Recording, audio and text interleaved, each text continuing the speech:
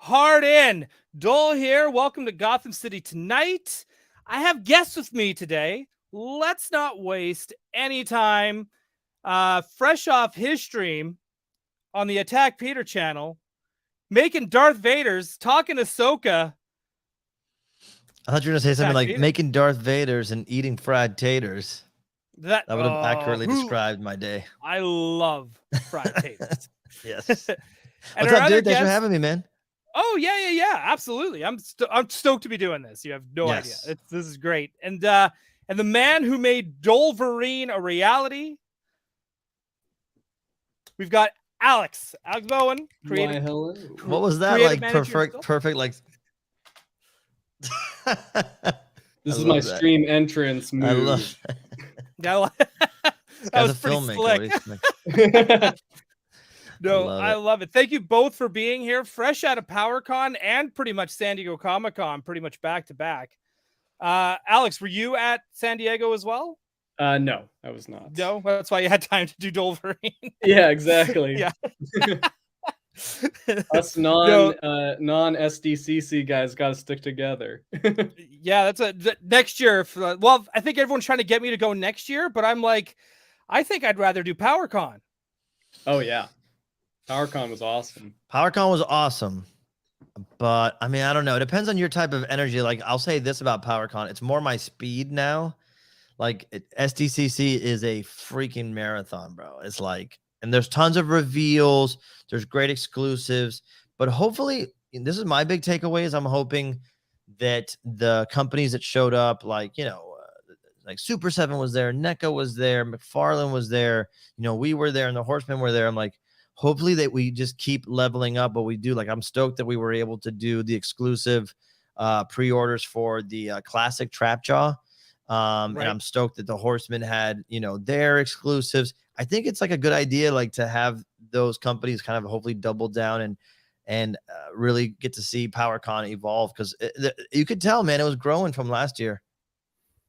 I think what I love about PowerCon is that it's like Toy Fair for fans, but it gives the little guy a leg up.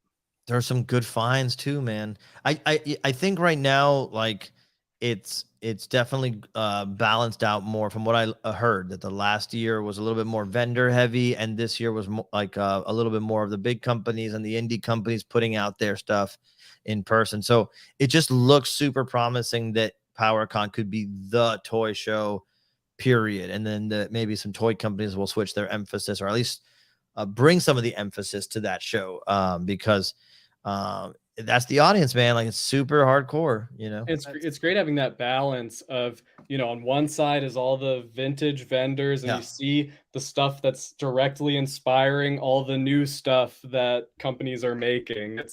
It's like a great, I mean, it's really inspiring energy to be around, just to get to walk around and take it all in with that, because it is so like toy focused. I mean, there's artists there as well, but like, the emphasis is definitely on toys. Right. I love it, man. And it was a beautiful convention center. Like, the Columbus is super rad. And it wasn't like a week long. So it was very easy. And all the hangouts afterwards, it's just like, because the convention center is it basically attached to the Hilton Hotel. So if you're staying there, it's like everyone just congregates in the lobbies afterwards. And I was talking to Geek Dad wife, Colleen. Oh yeah, Colleen. And we were already kind of like, okay, we need to like plan this for next year. Make sure we're all in the same hotel on the same floor. And just like, I'll make this happen. Like, now it's and then what, have like antics in the hallway, like a slip and slide or something, or like slip and slide. I was gonna bring like the mini hockey sticks. Yes, or just get like play school bowling in the hallway. Oh yes, and my play school kitchen just for fun. I will say that it was cool that Jay was there. It was cool to see Mega Jay there, and Toy Bro and Pixel Dan was there. But I definitely think it would be rad to see more of the Toy Tuber presence there. Like Toy Anxiety's got to go. And seeing all those guys there just makes it more fun, because it's clearly the audience that goes there, myself included, knows the shows and watches the shows, and so many people came up to us to say, hey, loved you on Toy Anxiety, hey, loved you on Geek Dad, and Jay was getting stopped every 5 seconds. So he owes Craig money. So, that was the topic quite a few times. You could see him sweating. He was getting quite damp. Did you guys get a chance to watch the Steve Harvey? No, dude. I saw it, and it inspired me. I have an amazing offer for you guys. I want you guys to have the first go at it. But I've got 4 mint on card. It's mint on card. Yeah, right. Real Ghostbusters figures, near vintage. Near vintage. We can talk about price offline, but I've got all 4 on card, not with mint on card. Yeah, near vintage. So not $300. We'll talk about it offline. Yeah, okay, got it. No paper trail either. Just only talking about it. That's it. Yeah. Verbal. I hope I can rewatch that somewhere, man. Because I was saying on my stream is like, I don't watch any of those channels anymore, and I forget they exist half the time. It's on so hopefully Hulu it's on tomorrow. I think. Oh, okay, cool. I'll watch it there. It was, it really worth it. I can't wait. It was, like after people who got mad watch it, I think it's gonna make them even more mad because it's so funny and it's so good. Dude.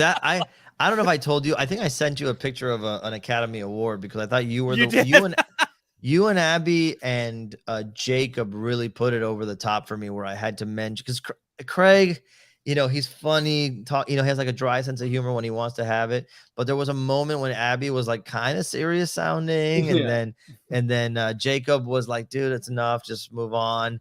And then you were like, I'm not getting involved, which is exactly what I imagined you would do there. Like, no. And it was so convincing that I messaged Jacob immediately after. I'm like, dude, is this real? It can't be real. Ryan Ting from the Marvel Legends team, he messaged me during the show and was like, is this real? Because if it is, this is really awkward. Yes, dude. It was really great. Right. And I was like, that shit. Got him. But of course we had to like tell some people like it's fine. Everything's okay. Like I wanted to do a whole thing like leading into like a whole month of it where like I quit Toy Anxiety. I show up on Geek Dad Life every Sunday. That it would be like John would leave because he's a toy dealer. He didn't like what Jay did. He would leave. Like we were going to do like a whole NWO, like people chaining factions and just like, I love it. I'm glad we didn't because people took it like super serious. You're not supposed to be that good at acting, guys. Well, we're like, if we're going to do this, like, for those who don't know, I'm really good friends with Paul Seung Lee from The Mandalorian, from Kim's Convenience. And him and I are really good friends. The first time we met, we found out we had a mutual friend who invited us both out for steak dinners. That's awesome. But didn't actually tell us that we were both invited. So when we met the night before through another mutual friend, our buddy Steve, right? He like all of a sudden we were like, what are you doing tomorrow? Oh, I'm going to this place. He's like, wait, do you know Gary? And I was like, oh, I know Gary. And all of a sudden we were like, so we're both going to this thing. So we're like, let's fuck with him. Oh, and we did this whole thing where we once met in Toronto and we once got into a fight in this bar. I love it. And and we got it to a point where we were like in this steakhouse, we're both standing up, we're both yelling at each other and fighting. Jesus. And the host, like we're there with like a table full of people at this point that Gary just brought. And we both look at Gary like one of us has to fucking go. And like, and Gary, instead of de-escalating the situation, his head just went my God, down, like he shriveled up in his chair. We were like, I think we're done. Oh my God. I love it. I'm a huge Kim's Convenience fan too, so that's really funny. Yeah, he is awesome. Yeah. Paul tell him we said what's up. Yeah, I definitely will. Yeah. Yeah, he's a great dude. But yeah, we're here to talk, like, we're totally sidetracked. This might be a Attack Peter show for all. Oh, no. That's how off sidetrack we got. But it was like, you guys have been pumping out some of the best Batman animated stuff like I've ever seen. This Thanks, comes dude. even from the guy that was been into it since that show came out. I remember watching it on prime time. I don't know if you guys remember that. Yeah, I remember it was literally the first 2 episodes that launched, I think, right alongside Batman Returns. And it was like the best, dude. It was it life-changing. Yeah. I still blame that show for why I work in animation today. Like it's that important. So good. And no, and I just want to get your guys' reaction on this because clearly, like, there's so much love put into these toys, right? Like, yeah, I mean, look, stunning. Yeah, no, I mean, look, when I started working at Mondo, I had never held one of them in my hands before. I had seen them online, and I'm like, these are really cool. But I'm kind of like, if I'm getting something that feels more like an action figure, then I'm gonna get the more traditional scale. There's our boy. And if I want something 6 scale, I want to get all these soft goods and like realism. Like I was that guy. Like I you know what I'm saying? I didn't really get them. And then it's all collector. Yeah, exactly. No. And so Hector and Bob sent me over a few samples of the figures, and I got tired of opening them. And dude, this figure right here, this Joker figure, I really think is just like a crown jewel of toys in general. Like if you never buy another Batman figure, which I think it's hard to do once you get one, this figure is just like a stand. It's like I said about Skeletor too.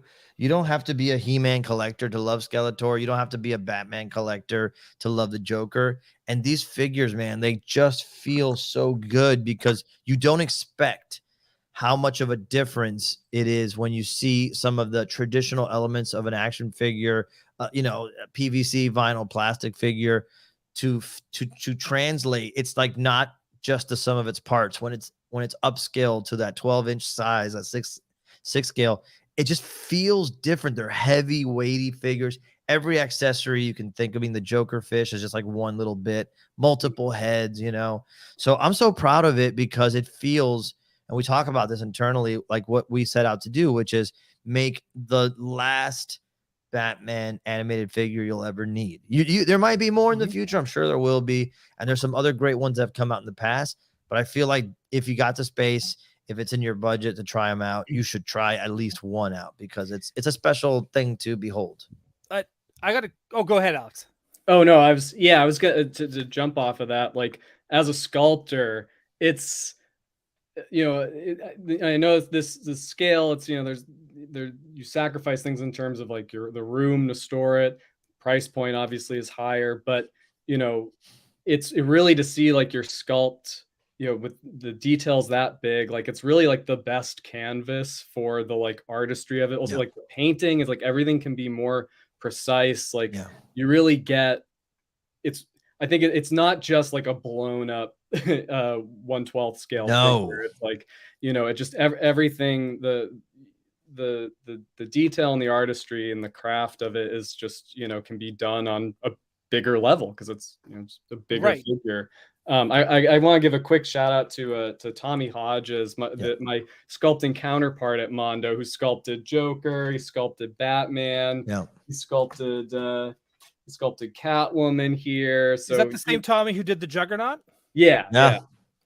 He's incredible. Yeah. I mean, a lot of our stuff comes from Tommy and Alex. We have some partners outside of that, but a bulk of it comes from these two guys, and they're just brilliant, dude. I mean, if you follow Fantastic Four, you know what Alex is up to and what he's doing, and it's such an honor to be on a team with these two guys. Like you got heavy hitters in the roster. Yeah, it's. Dude, everyone, like I said, like we all talk about these. Like even when we're not on the show, we all kind of sit there and just go. Like for me, like Batman animated series is such a huge part of my DNA that when I see them, because you were saying they're just not a blown up figure, and you're absolutely correct. Because when the DC Direct series came out, I was I was fortunate enough. I don't want to say I was about to say I was smart enough. No, I was fortunate enough to have bought them when they came out. Yeah, because I'm glad I did that, because I think trying to get them now would be absolute hell, especially on your wallet. Because those toys now go for as much as one of your guys' figures, and I'm just like, at this point, you might as well just get Mondo. Yeah. And on top of that, because it is, like you said, it's not just blown up. You can see the details, like just in Joker's face alone. Like there's ink lines without ink lines, if that makes sense. Yeah. I mean, right? This is the exact, but they share my unique face expression. And you can recognize it perfectly. Yeah. I love it, dude. Have you ever thought about doing expression packs? Like I know DC directed those, but have you ever thought about just doing like a line of Harleys, Jokers, Batmans? Yeah, I mean, we talk about expression packs, accessory packs, like it'd be super fun to do it. Just, a matter of finding the, testing the waters for it and figuring out what the right.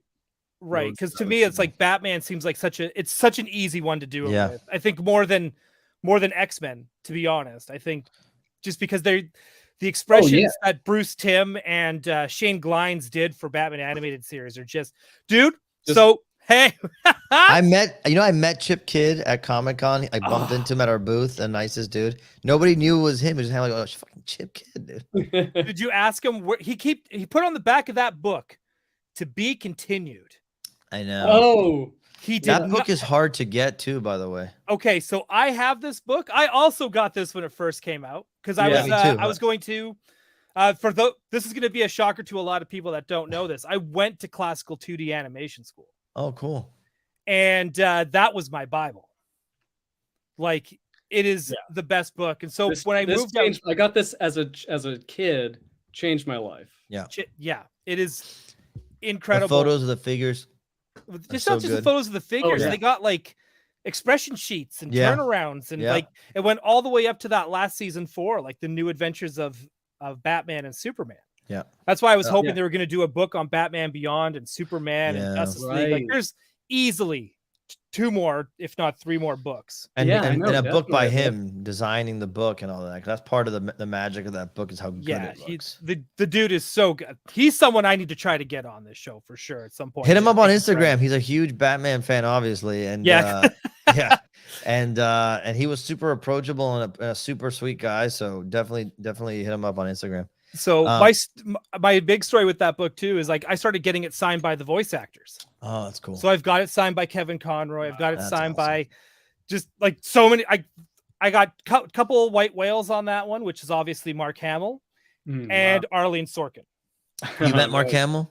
I haven't yet. But when I went to Los Angeles Comic Con, when I went to Los Angeles Comic Con, this would have been 2017.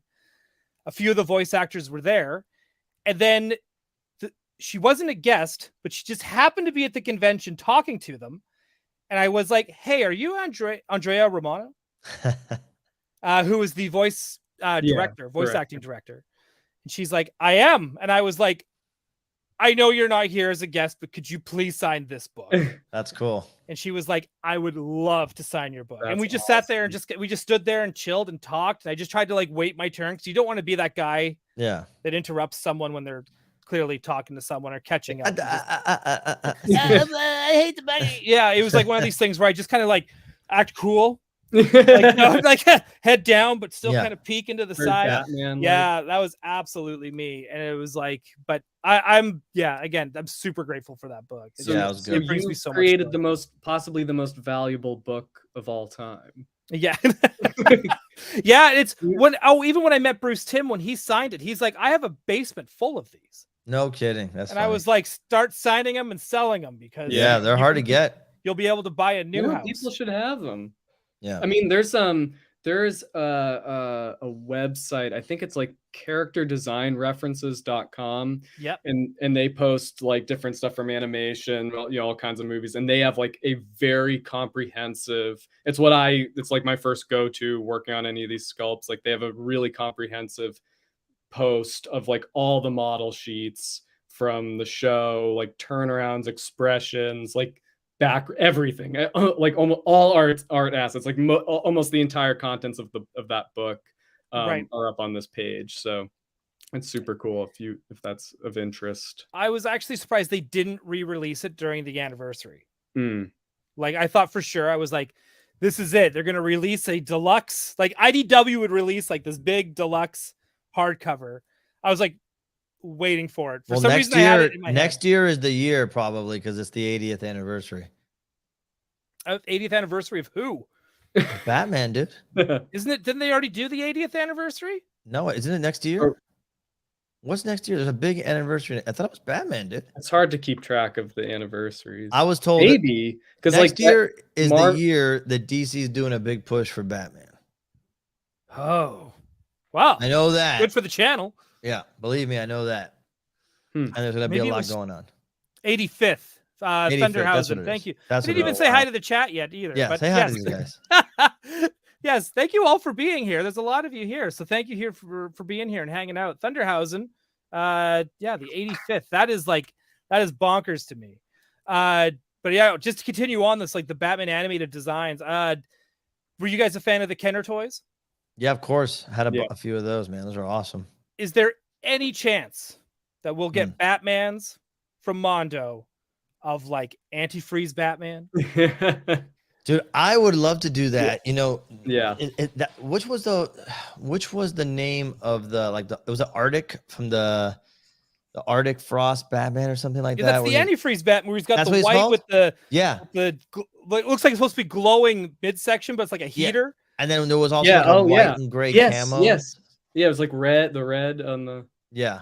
I would love to do that, dude. I don't know like what the appetite is for something like that, but I would freaking love it. I always think about those like that neon yellow suit or like the gold suit. Yeah. And there's so many good ones. I would love to. I just wonder what we'll see when we put the noir figures out, see what the response is on that. We've taught, I mean, we've definitely like talked about it, but I think one of the challenges is the price point, right? It's like, because like with everyone had a different one of those Batmans growing up that was like, this was my, you know, like radar shield Batman, like was my, you know, so having a, you know, which one do you do?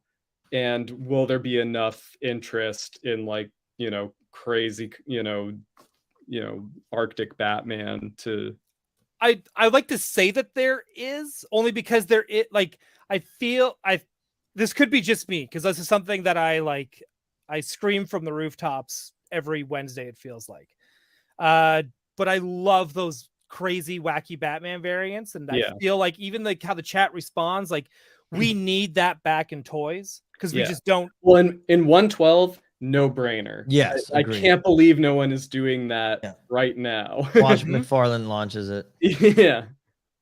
But yeah, I think, I mean, maybe that one where it's like, it's almost like it's like a blue and white suit and they look like clouds because it's like some sort of like glider Batman. They did that. That was the animated series. I'm looking at a bunch of them now. There was also, I'm looking at a bunch of them. There's so many, dude. Yeah, I would love to figure out how to pull off in 6 scale, the one where you squeeze his legs from the 89 movie and his like the wings go up like that. Oh yeah. The, like Silverhawks. Like give them actual action features. Yeah. Oh my god. Can you imagine? Wasn't there one called like Decoy Batman where he comes with like a fake Batman torso that like yes. Oh yeah. Where he's Bruce Wayne underneath or something? Yeah. Yeah. That's cool. Yeah. Is that another thing? Like I can't imagine, because I feel like this line has just started. For ours?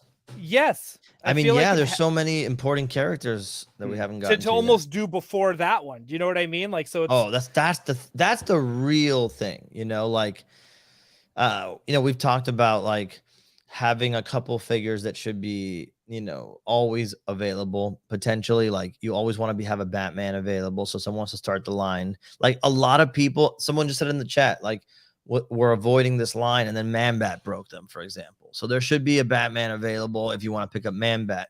And, you know, and so not that everybody needs to get them both, but you know, exactly. For example, that'd be awesome to get to that at one point. So it's just when you talk about like the fun deep cuts like this, part of the reason, you know, it might not happen is because bandwidth and getting to the actual main characters of the line that everybody wants. Everybody wants a Poison Ivy, you know, everybody wants. I was just about to say like Poison Ivy is probably one of the top. Everybody wants a Bane. We get Clayface is probably Clayface, Croc, you know, there's so many. And I will say that like, you know, when when a figure like Harley does really well and the supports there, it makes, you know, Ivy a lot easier to be like, okay, well, yeah, I mean, if people have Harley, they might want Ivy to go with it. Man-Bat sort of paved the way for other larger characters like Clayface and Killer Croc, to your point. And Robin? Yeah. Robin's So definite need, but even Bruce Wayne and Dick Grayson. Like if a figure does well, it can help similar figures. Yes. You know, also get made. Yeah. Just a heads up for Quip, there is a Mr. Freeze. Yes. Oh, it's yeah. long sold out. Right. But we did unveil Noir edition, like a black and gray. Right.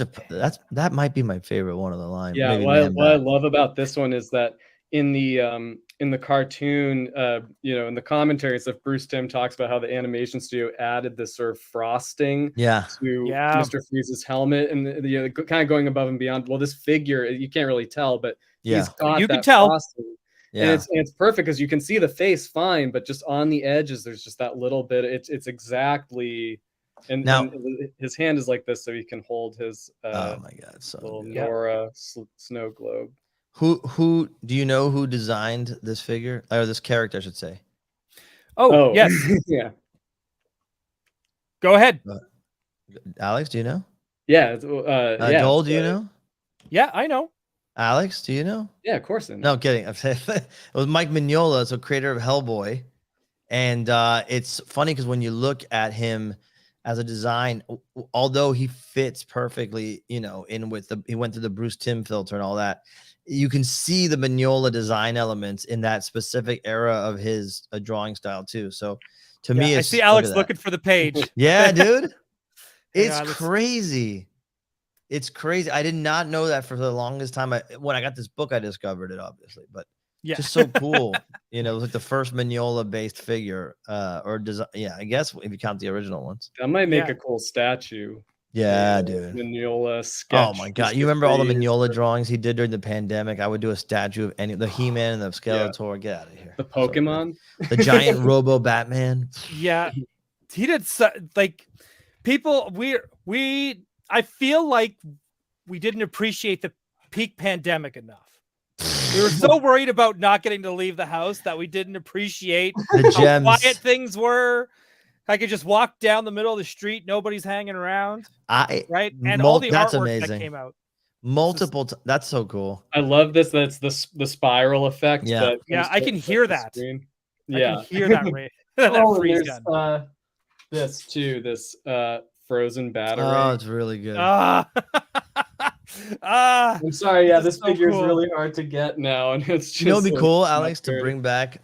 If you brought back Freeze, but like in a 2-pack with his wife Nora? Frozen. Yeah, that'd be really cool. Yeah, you know, was I just saying before? There was many times that I would be walking my dog with Gabby, and I would say, "This sounds crazy right now." But there will come a day where we say we kind of didn't take it. We didn't really take the advantage of the good side, you know, which is crazy to say. The silver linings, I should say, of the pandemic. Boy, that is glass half full thinking. Yeah.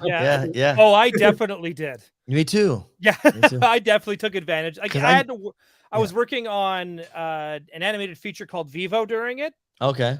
But like even still, like I was like, I can do anything. Like that's how I felt like during that during 2020. I was like, okay, Star Wars celebrations pushed back. That's fine. But do you still work from home? Oh yeah, I'm never going back to the studio. Are you kidding me? But did you before? No, they would not let us do it. Like before the pandemic, you worked in the studio. Yeah, they would not let us leave the studio. They had like 3 buildings for our studio. We had so much staff. Dude, you worked on everything. Are you a visual effects coordinator? Yeah. Dude, I'm looking at your IMDb. You've done it all. I've done it all. I've done everything that you love, Peter. Does that mean that you, assuming that you continue to work on Marvel films, that you know the future of the Marvel Cinematic Universe? I don't care. I know that's not what I asked you. That's not what I asked you. It depends. Like, I'm trying to think. don't have to Not say really, not anything. now, because everything's on hold. Right. Right. And I don't even know if I can talk about what we No, were I don't want you to start say. yet. Yeah, no, it's just more like in the past. Have you known the advanced things? Obviously. Oh yeah, absolutely. Did you know like the end game stuff before the end game Yes, stuff? Oh, I that's did. crazy. But at that time too, I was working at ILM. Right. So yeah, like I was like, there was stuff in Endgame.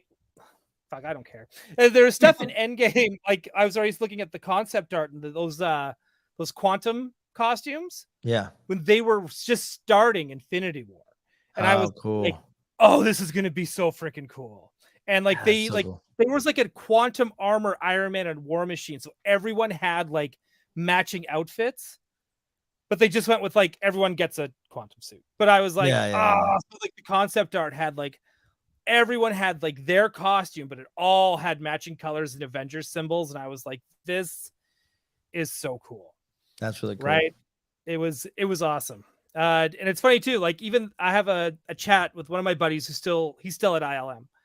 And he was like, this trap jaw is the coolest fucking thing I've ever seen in my life. That's so funny, dude, because that's one of my bucket list jobs, even if it's like bring your dorky friend to work for a day. Like I just want to like I visited the Lucas campus. I have a buddy that works there who took me. It was still pandemic-y, so I couldn't go in, but I got to hang out in the lobby and eat on campus and walk around. It was really cool. Right. But that's one of my goals is to like just do something officially with Lucas one day. Yeah. Well, one day. I have no talents. I have no like skills or anything. Like I don't know what I would fit in. I'd just be like the loud guy. No, that's what I was. So yeah, but you were effects guy, dude. What would I do? Peter, you seem to be forgetting your entire body of work. I know, but we want that there at ILM. Like they need a stamp guy. You know what I mean? Like they need a stamp guy? No. They would need a design guy. I could design some. So where did Takaro come from? That's true. I did come up. Thank you. I appreciate that. Right. Yeah. In fact, you're right. Hire me right now. Imagine in Star Wars, Mandalorian season 4 goes to a planet that looks like it's all done by Attack Peter. All the buildings look like you want to see the views go through the roof. 100%. You just stamped your ticket, dude. Right? I think that's what the show. I think that's what Star Wars needs to get back on track. No more color. Black and white. Actually, you know what would be cool to see you do? Would be to design and artistically direct a Star Wars Visions episode. Yes. Done. Oh my God, yes. Done. Right? Done. That's what you need to pitch. I would do I don't see why not. In fact, we should talk about this after, because Sonia, like, we should talk about this. Okay, all right, cool. We're gonna talk after. All right, sweet. But we can't talk about anything until the strike is over. But but something just came to my head, and I was like, you and I. Cool. That'd be awesome. There are things we can do. Yeah. But no, we'll go back to Batman. Yeah. Back to Batman. I'll tell you why. You mentioned last night on Toy Anxiety that you were going to ask us like some of our favorite episodes, and I studied up, dude. Same. In other words, I know them, but I was going to tell you like the one where I know what I'm talking about right now. All right. Well, then let's go for it, Peter. You brought it up. Well, the best, I think. Okay, the most consensus I've ever heard around any episode, and it just happens to be one of my favorite episodes, is the Almost Gotham episode. Amazing episode. But do you agree? Like, I feel like that's the one that I get people bring up the most when you're talking about best, because it's hard to say there's a best episode because like everything is a masterpiece in that show. But that one is the one that I keep hearing from other people, like the consensus. I'm going to tell you, I'm glad that you said that one's your favorite episode, because if you ever make a Poison Ivy, you have to have the jack-o'-lantern bombs from that episode. She has to come with that. You're giving me this look, so we're just going to move on. Alex. Yeah, I mean, Almost Gotham.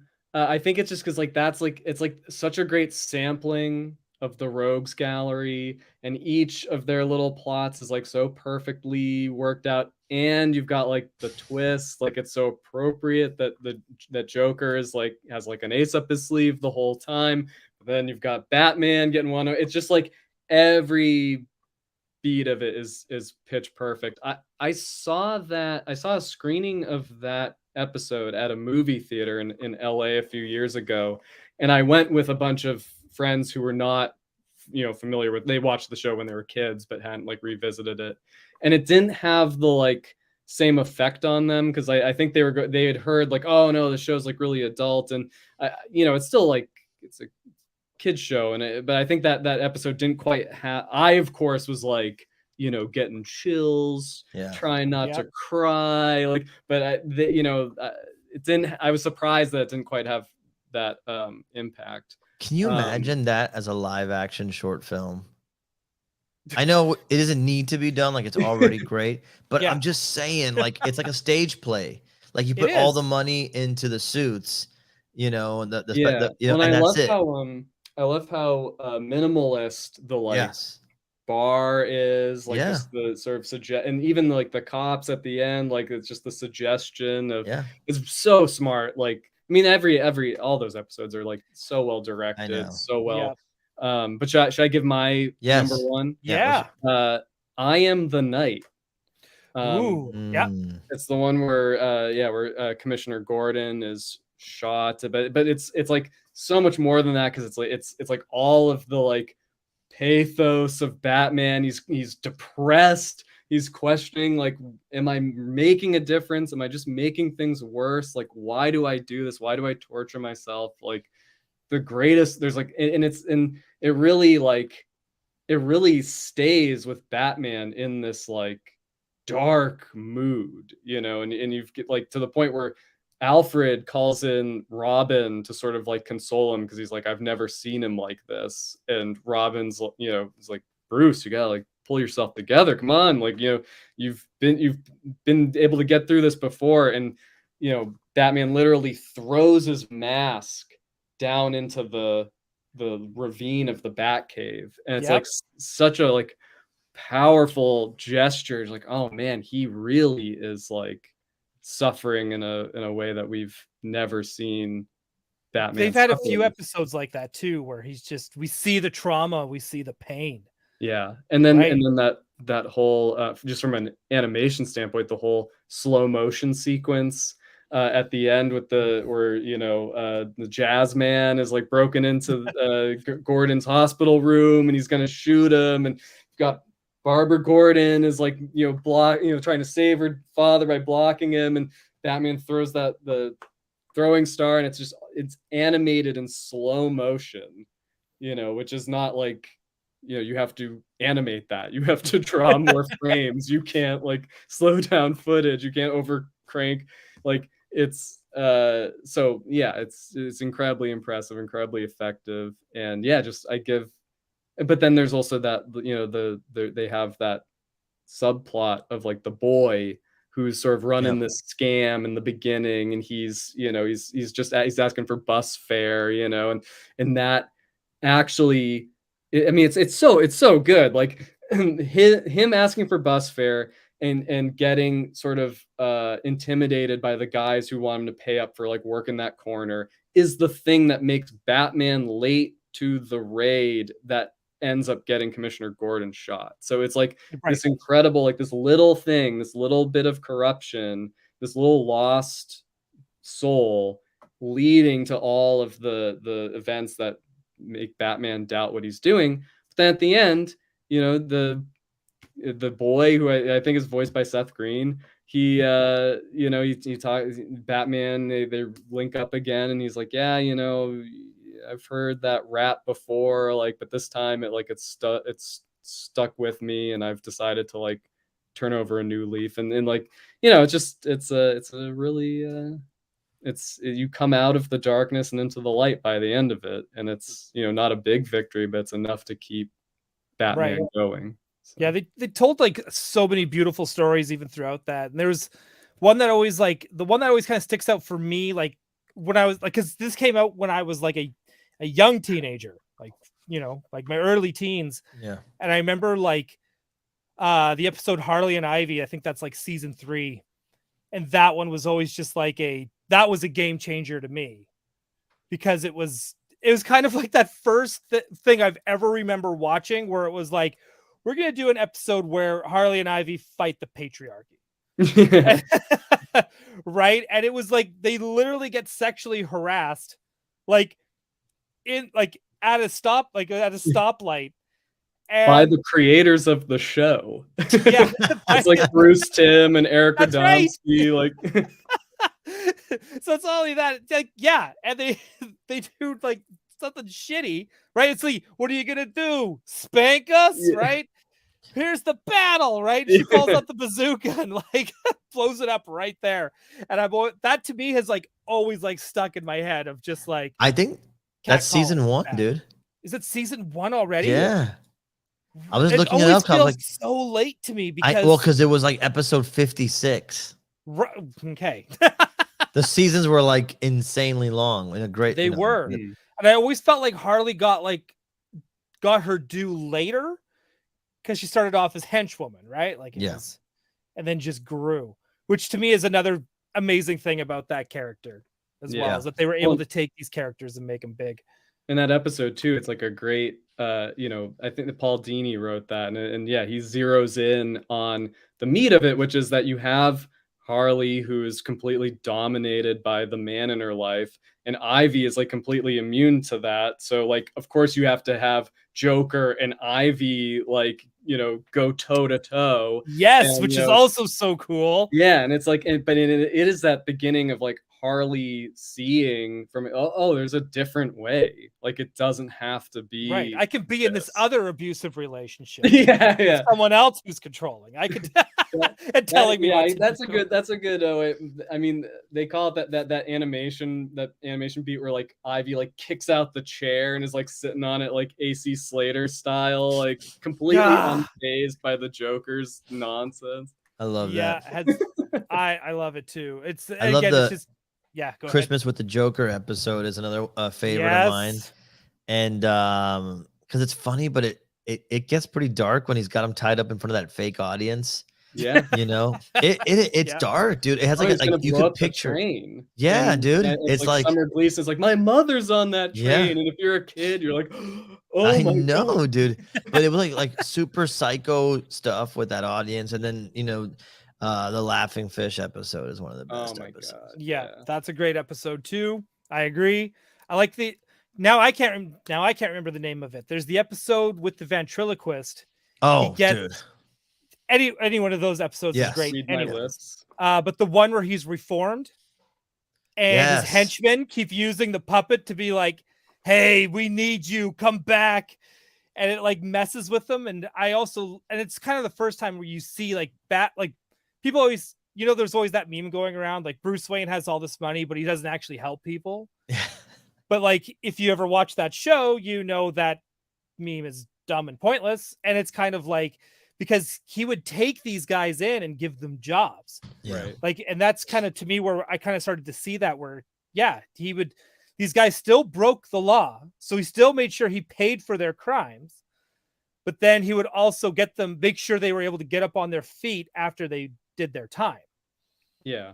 And I feel like there's also like implied philanthropy, like in the background of Wayne activities and stuff. Yeah. It's the show got a lot of mileage out of, in like the later seasons, out of villain reform episodes. It's like Riddler gets one, Ivy gets one, Two-Face kind of gets one. Like Harley gets a great, Harley's Holiday. Like, I have that statue. It's the opening title card. Yeah. Oh, yeah. So good. I love that one. I also, and those title cards, also beautiful. Yeah. It's too bad they they abandoned those in the last season. In that last season, I agree. As a kid, I was just like, that was the first indication that this is not your average cartoon show. Like, this is something special. If you guys ever decided to do relief sculptures of the title cards, you can guarantee at least one sale. Yeah. The funny thing is how much time passed in between the seasons. That was crazy. When I didn't realize that. It goes from 94 to 97. From season 3 to season 4, right? Or season 2 to season 3. Superman in between. Yeah. How many? Hang on. I have 4 box sets. There's 4 seasons, I believe. 4 seasons. No. Wait a second here. Yeah, I think it's 4. 3. 'Cause the first, or is it 3? Because the first season is like is the bulk of the series. Yeah, the last season is only 24 episodes. The And that's second when they did season, the, like, the second season has redesign. 85 episodes. So I think they just put out the whole series, divided them up into 3 box sets originally when they did and then did that last That's New what it is. Adventures of Batman Superman as a separate one. They were referring to season 2 as like when they rebranded it as the Adventures of Batman and Robin, and every episode had to have Robin involved. But it's the same style. It's basically the same show. It's still cool. I just liked it better when it was just Batman because there's no one to talk to, you know. Right. But Alfred. I love it. Yeah, but that's fine. Like that's it. You know, it's kind of quick and like, but there's no like talking out loud to figure out the problem. And I love remember Robin a lot of those episodes is Batman actually alone. We just have Robin in there to get told, Robin, you stay here in the Batcave. I'm gonna go beat the crap out of this guy, right? Like that's how a lot of episodes start. Someone animate that. When we get so that by the time we get to that 4th season and we get to that origin of Nightwing, right, and we see that when Robin, when Dick Grayson quits, throws the mask and cape at his feet, punches him, legit like sucker punches Batman. Yeah, walks away, right? Like that hits harder. And that knowing when you watch reaction, right? Like of just like stop telling me what to do. Like you're not my real dad. When I was a kid, I always thought Robin was cooler because he wasn't around all the time. It was like, he's in college. He was doing cool shit. Yeah, and when he showed up, it was like more special. And I think that's what made this Robin. I agree. I 100% agree with that because I think he actually even just like appeared flying the Batwing a couple times. Yeah. Before they even did Robin's Reckoning. Right. Robin's Reckoning is such a good episode. I mean, my list is like, my list of favorites is like probably 50 episodes. I was gonna say, Reckoning is on it. Yeah. I didn't even exactly because we didn't even talk about like the Man-Bat episodes and like both of them. There's Leather Wings and then Terror in the Sky. They're both the Mr. Freeze episodes. It's really silly to try and pick any one. It's such a tableau of like perfect storytelling, great design. I'm starting to watch shows and movies now differently than I've ever watched them in my whole life. Right. And that's like that I watch them as they for the vibe that they give off, not just the story or whatever it is. It has to have a certain feeling for me to put it on at a certain point. Like a lot of shitty 80s slasher movies get through because I like hearing the synth and the sounds, like the white noise behind the effects and right, and like the Thing, any John Carpenter movie, really, right? Like but anything that's like in Manhattan or like anything at a summer camp. Yeah, dude, like that's how I watch it. And this show is just that. It's just that. Because even episodes like the Underdwellers, where it's this weird kind of like Dickensian, street urchins, like is that where the episode where he loses his memory? And he that's starts what I was working thinking. at that camp. I mean, these aren't like they wouldn't be on your top list, but like when you're watching them at night, it's just a mood, it's just it's cool to have on. What's the Victor Hugo episode too? Because that was really good if I remember. Yeah, the Hugo Strange episode, you mean? Or? Yes. I feel like the Hugo Strange is what inspired Batman Forever. It's like, is there like a hunchback? So stupid, Victor Hugo. No, but it's the Strange Secret of Bruce Wayne, and then that one's great because it's Joker, Two-Face, and Penguin show up. And that dynamic is really fun. they had such a blast with those characters, and Penguin episodes too is another ones that don't. I like the later Penguin. You like the later Penguin? Well, I think Bruce Timm did too. Yeah. Just because, like, again, from reading that book, he was talking about. Well, he did draw him originally as like more posh. Yeah. 5 fingers, and then he was told it had to look closer. Yeah, to Burton it up. He had to Burton it. But then all of a sudden, you're right. That last season where he owns the Iceberg Lounge. Yes. And that design of the Iceberg Lounge too in that last season. Yeah. So good. Very classy. And I like how kind of small he is, like there's one episode where Oh, I can't remember what it is, but I don't know if it's like Killer Croc or somebody shows up to his apartment and he's like in like a smoking jacket and he's Yes. holding him out like a window or something. I was really hoping DC Direct was going to do the dentist Joker and Nurse Harley. Yeah. Because there was so many I felt like we almost got, like they even did like Harley Quinn in her lingerie before she dives into that pie. Like, and again too, the entendres in that episode are so good. What would we do if the we Mad did Love? Yeah, if we did a Penguin Mad figure, Love. we would. Which one would we have to do? We have to pick one. Can't do. Well, I mean, I like the I like them both. Like in the episode Second Chance, where it's like Two-Face is Harvey Dent's going to have like plastic surgery to be made whole again, and he's had and he gets like kidnapped or whatever, and Batman at one point he thinks maybe the Penguin did it, so he goes to visit Penguin at like Blackgate or Stonegate Penitentiary. He's so like he's so well drawn and well animated in that moment, and has this really kind of like scary gangster vibe. I think that's, to me, I know exactly the scene you're talking about, because I remember watching The Batman for the first time, and when they're sitting together in the Iceberg Lounge and going through the photos, I was like, this is Batman animated series. Yeah, dude, what I'm watching. They got the closest. Like, well, I think to me the Batman is the closest to the comics. Yeah. Like, to me, it's just like, if you're gonna go outside of the comics, Batman the animated series is the bar, which is a very high bar. Mm-hmm. And I got to a point in my life where I had to stop comparing everything to Batman animated series. Yeah. Because it wasn't fair to everything else. Did you like the Arkham games? Yeah, I love the Arkham. Me too. I like the story there too. Yeah. Right. I loved. Did you ever play the VR, dude? I didn't.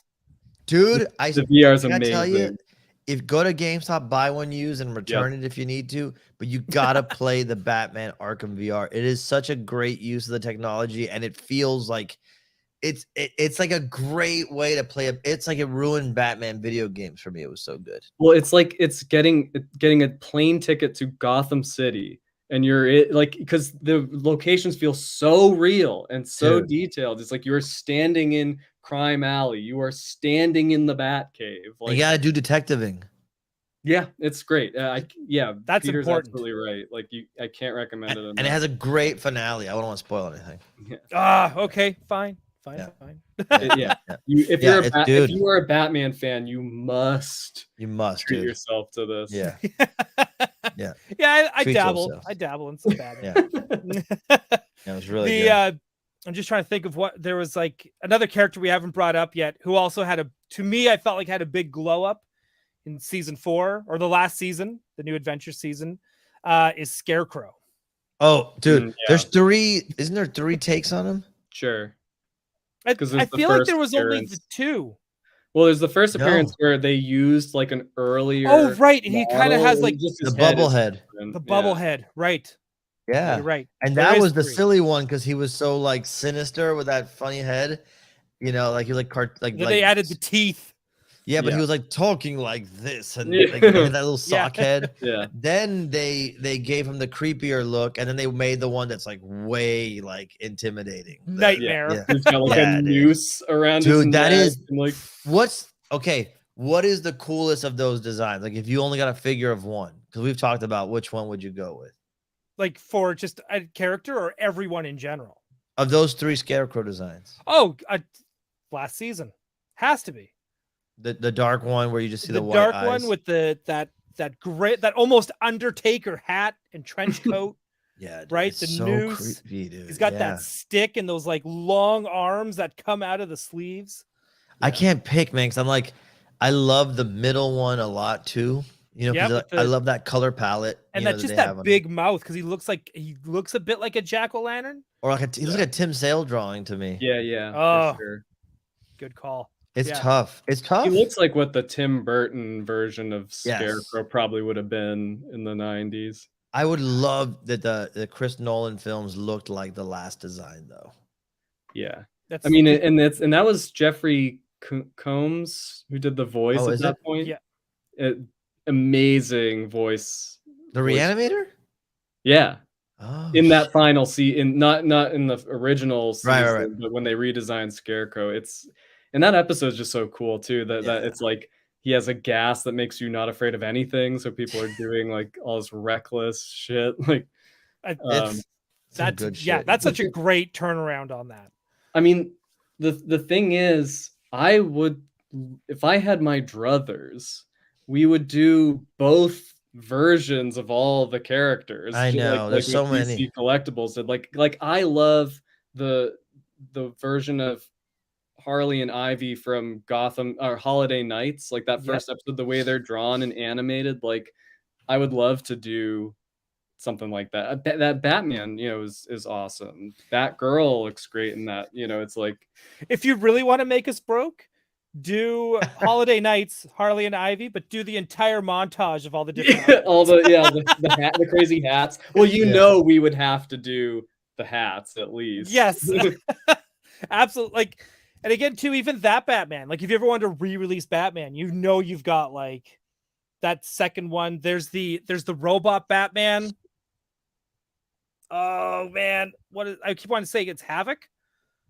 We did the head sculpt. You did the head sculpt, did you not? Yeah. Okay. So I was like, because it seems like such a no-brainer to add that in. Yeah. Right. I love the Santa Bullock. That's like a Comic-Con exclusive. I can't even imagine how big your guys' Bullock would be. Oh my god, Bullock's so good. He is good. He was and Montoya's a great character too that they brought in. You have to do it 2-pack, super limited. Right, super limited.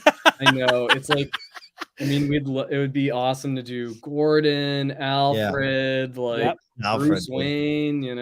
Yep. Summer Gleason. Yes, Summer Gleason. Right, like and a black and the white Creeper would be good too. Noir line. Like the Creeper, could you do that? Like with the big boa going around him? Oh yeah, dude, that's a good call. Right, so many good ones, dude. Well, that's the thing too. I wonder, like, doing characters that were kind of exclusive to that season. If that would fit, rather than like redoing characters we've already done that were redesigned, like characters like Creeper, Nightwing, to like if that would still like work with your collection. Yeah. Yeah. Well, I kind of have my DC collectibles ones. I have them kind of mixed. Yeah. And to me, it's just, I don't know. I don't care that I have two different Mr. Freezes, because I'll have one there and one there. Same with Banes. I can't. I'll buy all the Banes. Were there two Bane designs as well? Dude, the second Bane design. There's like a biker dude. Yeah. Like a bike. It was like a biker meets like fetish. Yes. Right. Like that's what biker dude is weirdo. The PG version of. Yeah, he had like a gimp mask because it almost looked like he had like the zipper across the mouth, and then like the rest of the costume was almost the same. It was like the belt was different. What's he saying in that episode? He's like, what else would you expect from a killer of children? Yes, over the edge, right? That episode chills every time. Every time it's the bat signal, the symbol of their connection is now the thing that is going to come between them and undo. It's like, it is such a heavy episode. And just I remember watching it for the first time. I remember it coming on TV, and it starts with Batman and Robin getting shot at. Yeah. In the Batcave, and like them, like, Bruce answering the phone, and it's just like, oh no, it's Commissioner Gordon going, Bruce Wayne, stop where you, and you're like, what happened? What did I miss? What? Right? Like it is, yeah. Like again, I got goosebumps thinking about it, because it's such a good episode. And the animation is so good too, because that if memory serves, is like the first one where they just had the Japanese animation studio like direct it and storyboard it and everything, so it has this like really special anime quality, which I found out recently. There some of the like the growing pains, the episode with Clayface from that season with like the little girl, like, and the episode of Superman that had Batman, and where they kind of first introduced Batman into the Superman world, those were animated by Studio Ghibli. No way. Animators. Because I felt like I knew that, but I didn't realize that was that episode. Yeah, because apparently it was like they had they had lent some of their animators to work on Princess Mononoke, which was like in total like crunch mode, and as a repayment, Ghibli like offered to lend animation services for some of TMS was the studio, some of their projects, and they were like, yeah, we've got this Superman, Batman 3-parter, and we've got this other, so God. yeah, dude, That makes- Bane in the suit with the little hat and the little the yes, tie. yeah, Rupert Thorne is another character we never got a figure of as well, I know, right? I And mean, his side woman, yeah, Candace, amazing. Give me more Candace. Yeah, there's a part of me that's like, everything we didn't get in the DC collectibles line, like the redesigned Mad Hatter, yes, Miller Batman. Well, you guys got that. Yeah, but yeah, Red Claw, Condiment King is coming. Condiment King's coming. I'm so mad it's a Build-A-Figure that comes with figures I already have. Yeah. Oh no. God, right? Like it's just like, here's some re-releases of the ones you have. I feel like Todd's doing this to fuck with me. If you join his Discord, you can talk to him on he does some like art critiques and just hangs out. I am on his Discord. Talking about his NFTs and shit. Yeah. I think that's such a bad idea. I know. Didn't you learn from starting lineup? I know. Like, come on. No one's gonna do that. All right, so I have a couple of pickups. One of them is DC. And one of them is Batman, Bat adjacent. I said Bat adjacent. I like both from PowerCon. Okay. What do you want to see first? Let's see Bat adjacent. Okay, so hot on the heels of your toy anxiety episode about like the the original IP creations, I got this like 4 Horsemen Mythic Legions figure. Don't ask me to remember the name of any of these figures ever, but it is so awesome, dude. These things are like all modular. Oh, that was his base. That was a base that I attached. So, but like you could extend these wings, like they're not man bat big, but they're man bat big for this scale. That looks like a nice ratcheting too. Yeah, and the paint is incredible. It's got 50 different weapons. You telling me the Gargoyles line couldn't do that? Yeah. No comment. But I got a few of this Vampire Wave, and they're so awesome because when you put them in a shelf together, the color palette connects all the way through, and it feels like a great set of like 4 Horsemen face sculpts and paint apps. So good. I was avoiding this shit for so fucking long. The 4 Horsemen figures and the Cosmic Legions. I'm like, that's it. There's no way I'm skipping some of these figures. And literally on the website, dude, this is what you should be careful with. I went on the website to buy one. Look, I got that guy, dude. I didn't even get that. I didn't even order that guy. I'm drawing the line with him. He's too big. And the other ones came in, and I begged Jeremy from 4 Horsemen to find one to set. I'll pay for it. Just it's sold out. Let me get one. And he made it happen. But dude, the Cosmic Legions was too hard for me to resist. I love alien shit and sci-fi shit. And I love the 4 Horsemen, obviously. That one, dude, that line, and that's it. So when I went to the PowerCon, they had all this great stuff that dude, once you see it in person, Disney World, they had the most magnificent display. Like if you can find video of the 4 Horsemen PowerCon booth, I'm sure there's like tours and stuff. I took video, but it doesn't do it justice. They built. Yeah. And there's a level of like I give Mondo credit for this in 6 scale. It's so fun to open a Mondo figure with all the accessories and different references and heads and all that, and then just like totally getting a new figure when you put them together in a different way. So kudos to us for that. But 4 Horsemen does that, and then they're all interchangeable within each other. So that's freaking sweet, dude. You could have a head from one guy and you put it on the other one, and like. It totally changes the look of both figures in the best way possible. Can you do that across the board, even with like Cosmic? You could.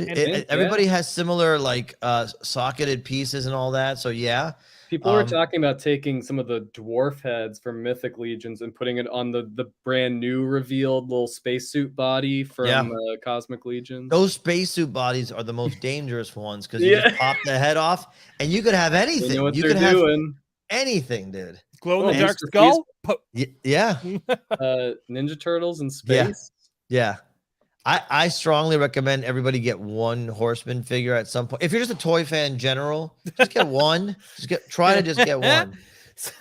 So highly articulated, who I pulled up here, he wants Craig and I to go on to his show. Everyone go check out Highly Articulated, and him and Brick something together. They want to like this is what the Four Horsemen are up to, and check out AWOC as well. Like, and they're and do the breakdown of all of those, because the AWOC stuff has piqued my interest after I saw that hyena dude. And I was there was another guy you guys didn't mention, by the way, and I think you mentioned like an interest in seeing sharks get made. There was a whole guy down the aisle from Mondo. Someone sent me the photos of it. Okay, after. you saw it. Yeah, okay, there's like there's one shark dude that looks like a gangster. He's got like the 1920s, like he's got like the cap and a cigar and like the suspender. I was like, oh. And they look incredible in person. There was the swordfish caught my eye as well, and I was like, this, like, humanoid animal figures are so hot right now. I know we gotta be careful though, because I was walking around going, okay, I think we've said all we need to say with humanoid animal figures and with a different like barbarian element to it. So let's like see what else. But yeah, they're beautiful, dude. They're beautiful. I say now start giving me sci-fi like fish. Sci-fi fish. Just give me a sci-fi polar bear. Give me something. Yeah. No, it's dude, the creativity is through the roof. What about like Tailspin style, like 1940s, like realistic Tailspin? Yeah. Actually, I would be totally down for that. Forget I said that. That's it's really good.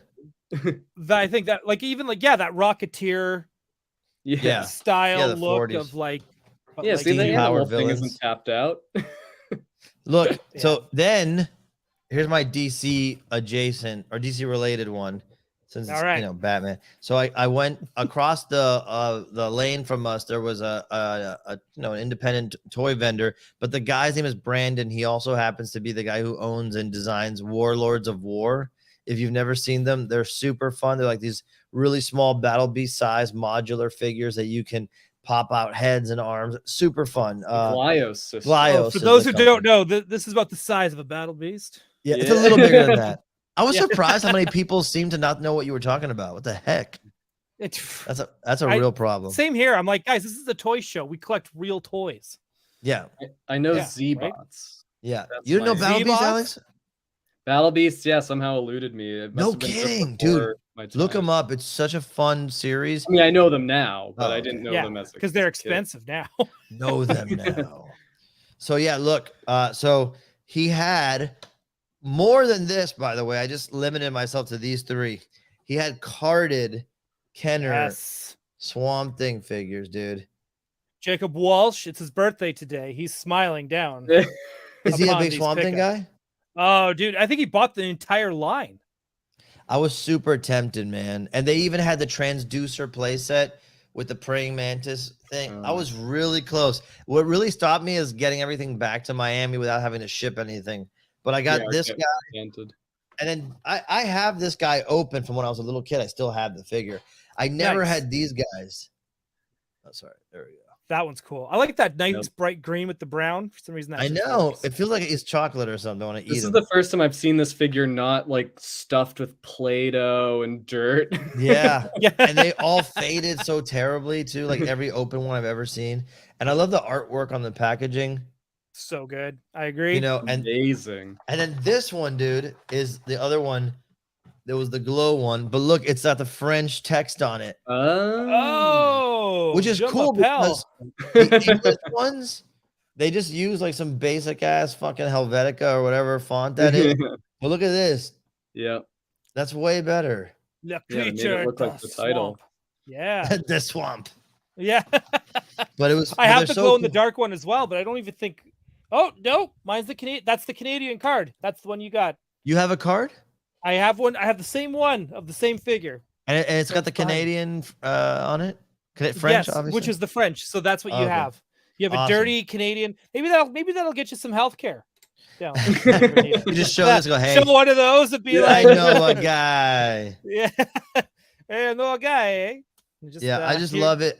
There's something now about card art from that era that's also this just talking about a vibe. Like I would love to open these, and I normally open figures if I love them that much, but these just, it's like when you buy a reaction figure. Yeah, exactly. Yeah. Right. Like these are insane to me. Like these from Batman Returns on. Yeah. I always feel like, hang on, just so people can take a gander and see. There you go. Like this Robin that's nothing close to what he looked like in the movie. No. But he had that strap. But man, when you look at that card art, it makes you go, that looks badass and cool. It makes me want to go to Taco Bell, get a color changing cup. Ah, well, that's that you're joking, but that is the point. Like the whole thing together takes me to it's like when you smell something or you like taste something like a cooking or whatever it is. It's the same thing. Like the blister packs from that time. It really is like listening to an old song I haven't heard in a long time. It makes me just, yeah. I swear to you, there's certain ones that I like. I have an original Ninja Turtle Raphael with a gummy head on the card, and I bought it for like $20 20 years ago at a con, and they re-released them, all the Playmates figures now, and they're almost they're not squishy heads. I don't know why they don't do it. They're not the right colors. Well, the font that says Teenage Mutant Ninja Turtles, the logo is in a more like yellow green and not the cool like minty green a little bit of the last, and it totally ruins it for me, dude. I have it. I have the Michelangelo because that's the one I would want to have. It's my first turtle I ever bought was the Michelangelo, and so like it's like one I would want, but it pisses me off so much that it's so close and yet not. Why would you do it? Well, it's like these near vintage. What's different on those? It's like I think this is a digital recreation. Oh, look at that art! The art. Yeah. It's just not. You know, you even got yours are now more valuable because it says "I ain't afraid no ghost." I ain't afraid of no ghost. Let me show you what. Hold. Talk amongst yourselves for 1 second. All right. So yes, I don't know if you know, they had to take that off on the re-releases. Really? Yeah, so they had the first run of those have that on there. Then they had to take them off because then they had to give Ray Parker Jr. money. Oh my God! So this is Ryan. Can I interest you in a near vintage, ultra rare, lawsuit edition? Lawsuit edition. I'm pretty sure. Can you put them in a baggie? They should just put "I hear it likes to kiss" on the. Yeah. I'm pretty sure I got all three of these at the same con in Orlando 20 years ago, MegaCon in Orlando, 2002 or something like that. But look, here's the turtle I told you about. It's $20 I got it for. Can you tell that his head is the squishy head? Yeah, it's like a little more matte. It's softer.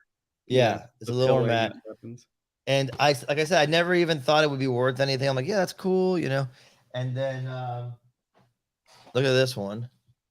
Oh man, dude, isn't that crazy? No Zone. I wish it was Toxie. Don't get me wrong, but still. So is the new Toxie in the next movie? Is he Canadian? Because in the poster, it looks like the new poster they released. It looks like a South Park Canadian.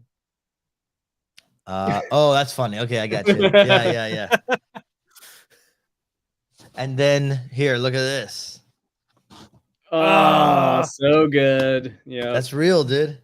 That werewolf sculpt is one of the best werewolf toys ever made. Action feature with the claws. Yeah, and he howls. I know it's real because they haven't re-released it. Oh, really? Yeah. Hasbro's got to get on it. This series, the Monster series, dude, it looks so like that font on it, man. I still have all my figures from this wave. That was a good wave. Oh my God, the best wave. I mean, those colors, like that dark kind of indigo and the pink, like it's just I mean, it takes me back. These were in the basement of the toy store in town, and they had a ton of. It was a treasure trove of real good, and you can pick one. Is Craig still on the chat? I want him to see this and be a little tiny bit jealous. I don't know if he has it. Does he have? He probably has it. He probably did get one on card, and he probably opened it. Oh no, he would do that. Dude, have you not seen him tear open his Ecto Glows? Oh really? I don't begrudge anybody opening a figure. Believe me. Oh, I do when it's like he opened up he had like an Ewok on card for Star Wars. He opened it, and I was like mad at him for like a week. That's stupid. Why would like he do I would that? have taken him to court for that. Like, You think he's just trying to be troll? Like that's why he does it? well, if he did, man, I got worked into a shoot. I was so mad. I was like, dude, that's like a legit investment. Like Yeah. you are gonna sell these again. You always do. But it raises the value of the remaining few. I don't believe that at all. Not with Star Wars. I feel like Star Wars is weird, man.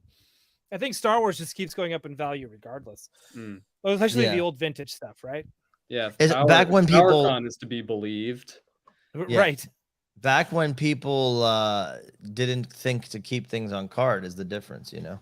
I think as soon as these started coming out, people started keeping things on card. Yeah. There's more. I've seen more of these online than like He-Man and Star Wars. Like you could pay like 125, 150 bucks, but you could get one. Well, they're probably also making a lot more too. Like by that point, like action figures were a big enough deal that I'm sure stores had extra stock that were sitting in a box or a back room unopened. The Toxic Crusaders ones are really expensive. Yeah, those are beautiful toys as well. Yeah. I think the other thing with the Turtles, why a lot of them you find more on card, is because that first year they came out, they were so hot during Christmas that like scalpers were legit snagging those, right? Same with like Cabbage Patch Kids back in like the early 80s, right? Seen the fight footage. Right. Amazing. Right? I think that's so cool. Parents were like we all talk about ourselves being like, no one does that for toys. Oh yeah, let me show you this shot from the 80s of this mom punching out another mom. Like it's incredible. And like I think that's what kind of did it, because people were just hanging on to them because they were like, well, these are hot.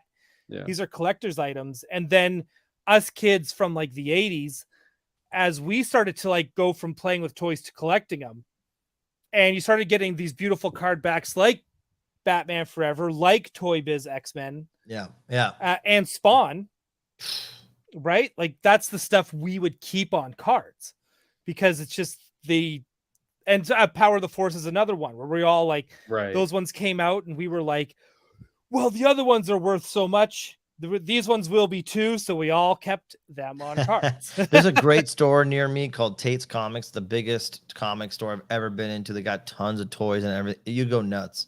And they have so many Power of the Force on card figures. It's like you're going to Toys R Us 25 years ago. Yeah, there's a place near me, similar situation. I think we all have one. Yeah, I like it. I've seen one collector.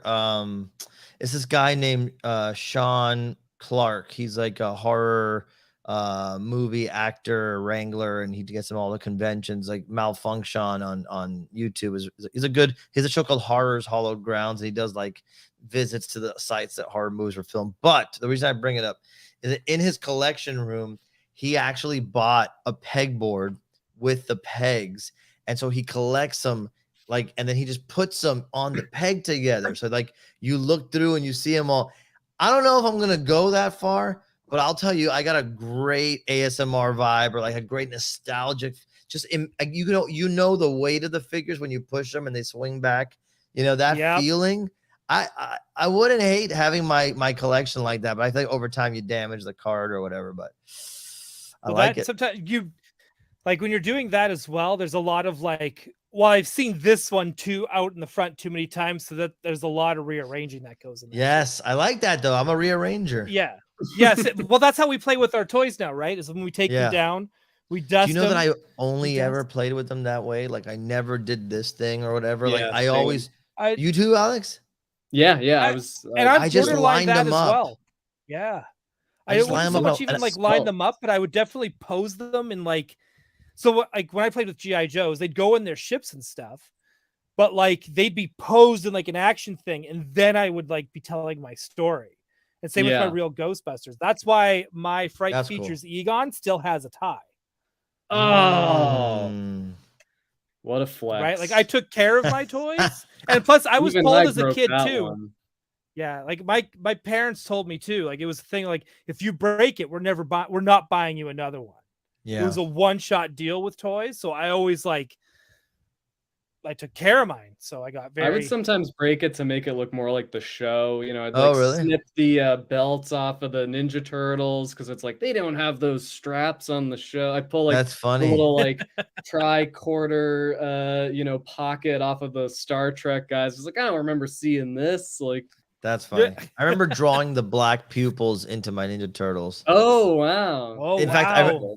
because they came out with a second or third wave that had the pupils, and I remember telling my dad, you know, dude, they got the pupil ones now. Looks just like the cartoon. We should go get those.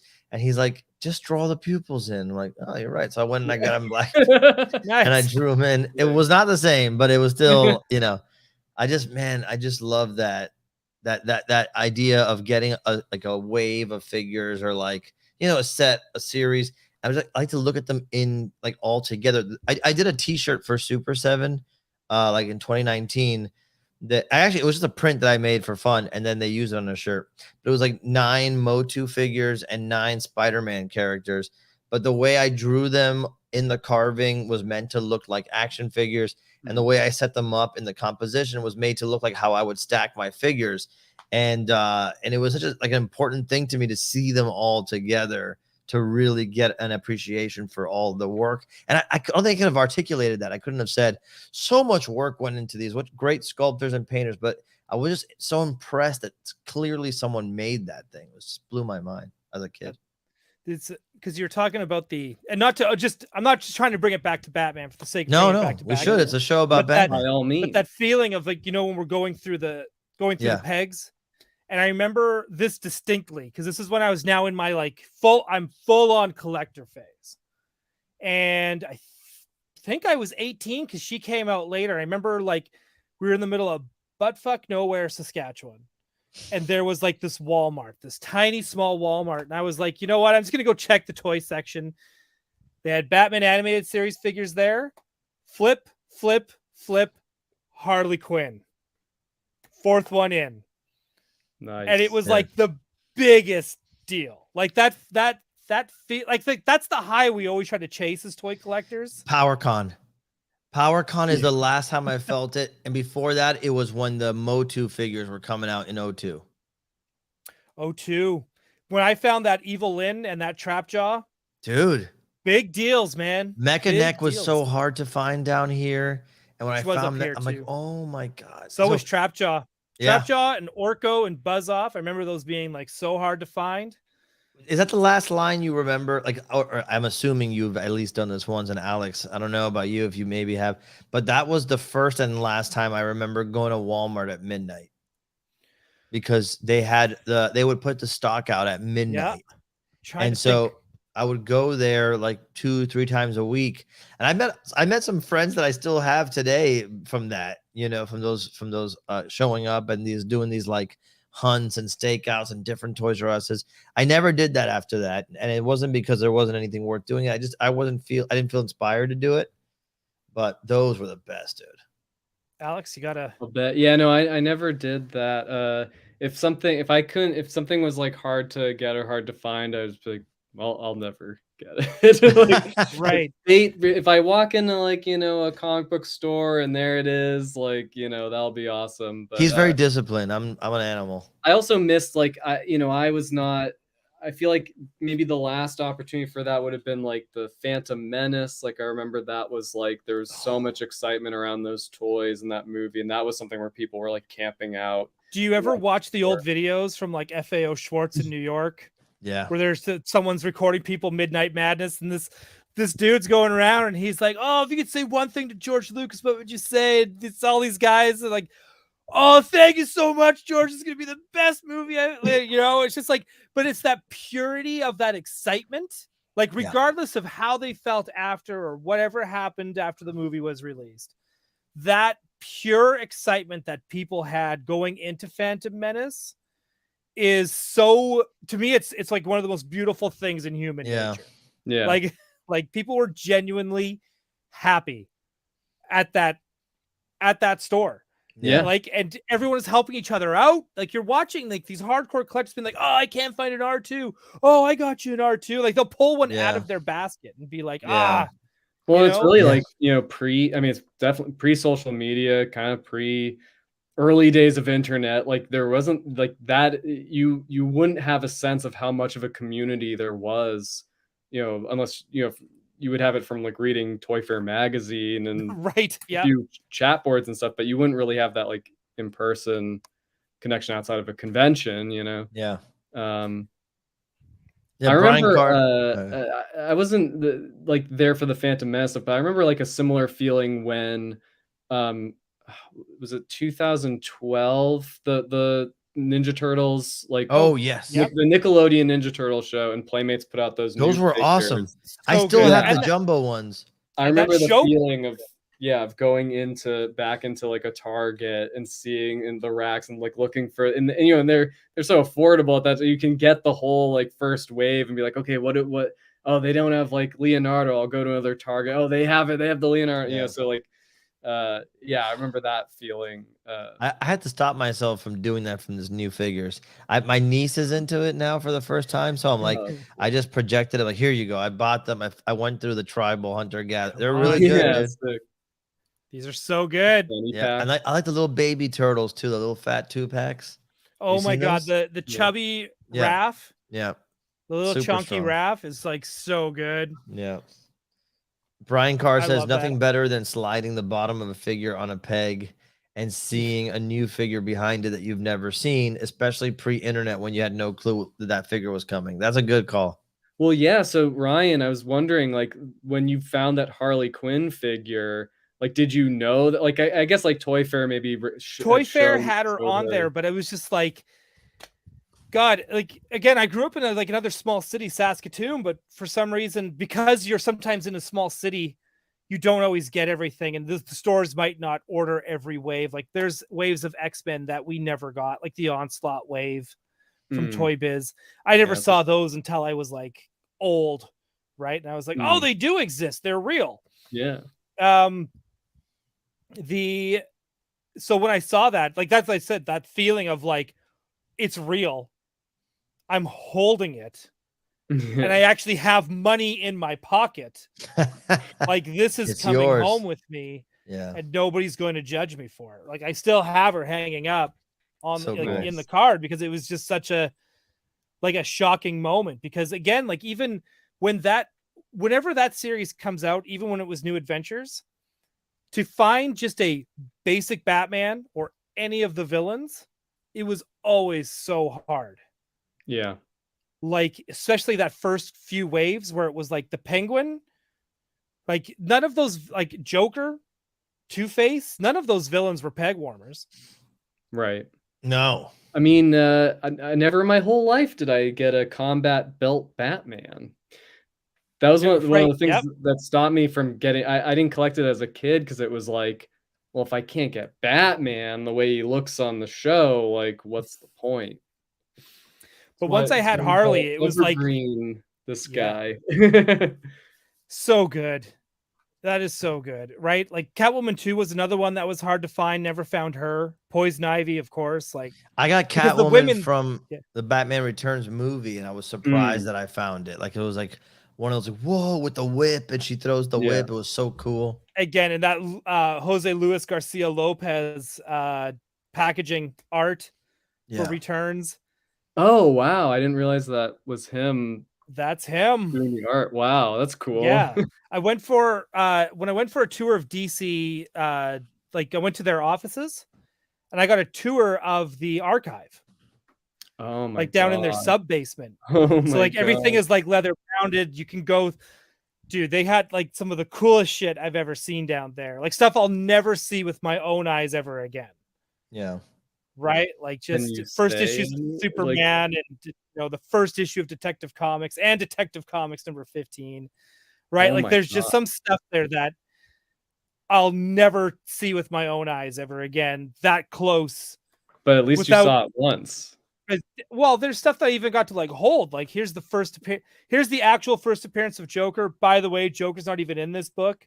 and they wanted to save him for Batman and not Batman #1 and not Detective Comics.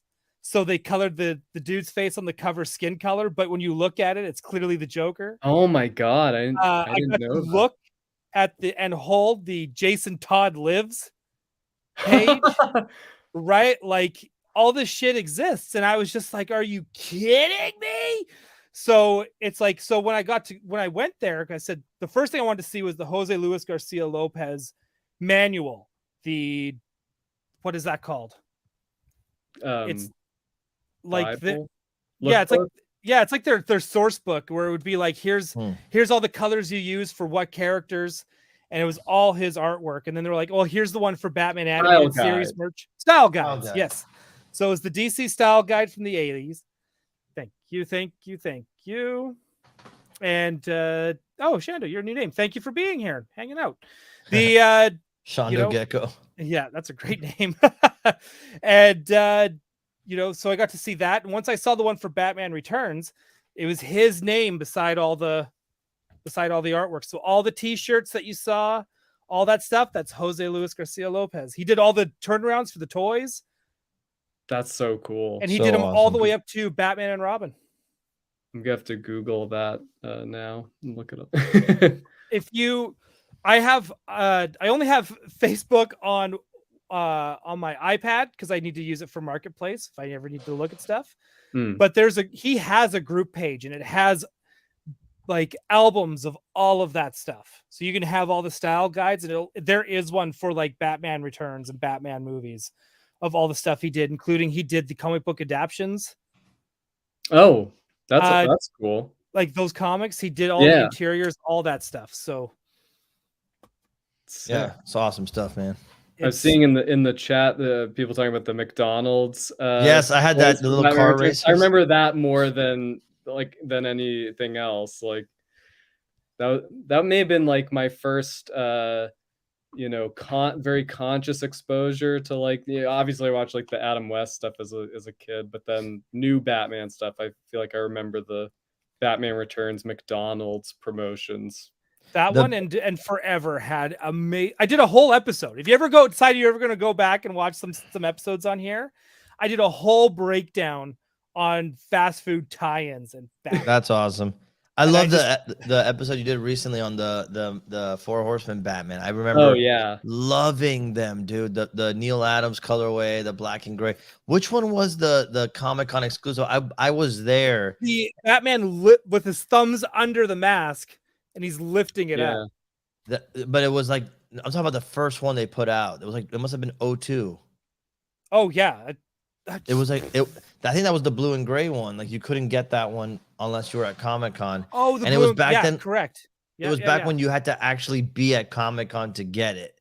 They did that in Keldor the same year. I agree, dude. I mean, I know that screws me over for someone who never goes. But it creates like myth and lore around, like, wow, mystique. I feel like we're missing some of that in toys. I understand that there's too many sad comments out there, which is great for toy anxiety. And it's great for Jacob Walsh. It just feeds his soul, right? And it's awesome. Those figures were so good back then. What an era for stuff. All right. Anyway, we are well over an hour, and I usually try to keep it tight to an hour. And we didn't even get to X-Men, so maybe I will. I know Jay we'll do it Geek again. Dad Life, and tell Hector to come on. So like that, yeah. Where is it? Well, Hector, he went to go do like a parent teacher thing. Yeah. I'm saying, but next time you could get. I'm saying that now, since he might be freed up, you get him on because he can talk in depth about some of this stuff too. And we should create a new show, not an X-Men themed. Call it Harry's Hideaway. That'll be the X-Men. I could do a whole special episode. I'll change the logo and everything. Then when the Spider-Man stuff comes out, we'll do Daily Bugle tonight. Right. Well, we'll just go through it. You can do Danger Room tonight for X-Men. Yeah, Danger Room tonight. Danger Room tonight. Yeah. Right? We could do all, but I know Jay wants to have you guys on at some point too to go over these PowerCon reveals and show off his nice high def reveals. And we didn't even talk about Phantasm, which was in there too. So let's just quickly talk about her. Spoiler alert. Yeah. Yeah. That was a reveal though at the panel. That was a reveal, and it was revealed at Comic-Con, but I feel like interchangeable torso. Yeah. I mean, it's funny because I remember when DC Collectibles first showed off Phantasm, they showed it with an Andrea Beaumont head. Yes.